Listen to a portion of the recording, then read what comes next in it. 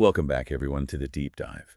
If you're fascinated by the stories behind the public faces, well, you're definitely in the right place today. And hey, before we jump in, just a quick reminder, make sure you hit subscribe on Cathalocum 360. You really don't want to miss these explorations.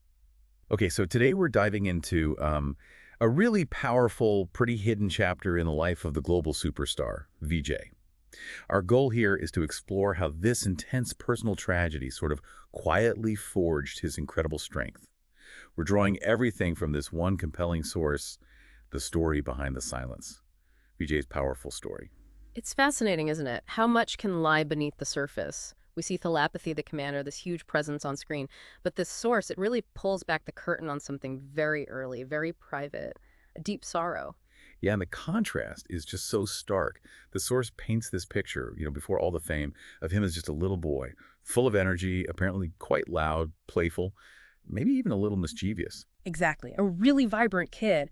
But then something happened that completely shifted things. And it all revolves around his younger sister, Vidya, Ah, yes, yeah. because she was just 2 years old. The source describes her as bubbly, bright. The whole family thought she'd follow in her mother's footsteps, maybe become a singer.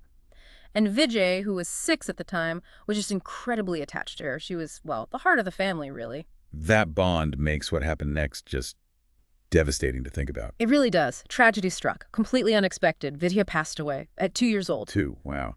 And Vijay was only 6. Just 6. Far too young to really grasp, the finality of death, but the pain of it, the emptiness. He felt that profoundly. The source says that lively, chirpy boy just went silent, became really withdrawn. Stopped smiling, apparently, for a long, long time. That energy just faded. Yeah. It's clear that moment fundamentally changed him. Forever. So his entry into cinema wasn't what you might expect then. Not at all, according to this account. In the midst of this awful grief, his parents, they did something pretty remarkable. Instead of just retreating, they decided to channel that sorrow, to immortalize Vidya somehow. How do they do that? Through film. His father, S.A. Chandrasekhar, directed a movie called Vetri back in 1984, and it starred young Vijay as a child artist, his debut. And the film was explicitly dedicated to Vidya. Wow, so it wasn't really like, let's make him a star. Not according to this source, no. The key takeaway they offer is this. Vijay didn't choose cinema at first. Cinema chose him as a way to heal. It wasn't about ambition. It was about finding a way forward, maybe finding some meaning in the loss. That's incredibly powerful. And it makes you think, how does something like that so early on continue to shape someone decades later? Well, the source points to several things. Even now, apparently, he rarely speaks about his sister. And when her name does come up, his voice still trembles. You get this glimpse of that raw, enduring pain. So that quietness we see, it connects back. It seems to. This deep-seated grief could explain, why he tends to avoid big parties or large gatherings, why he speaks less, perhaps. But his words carry weight.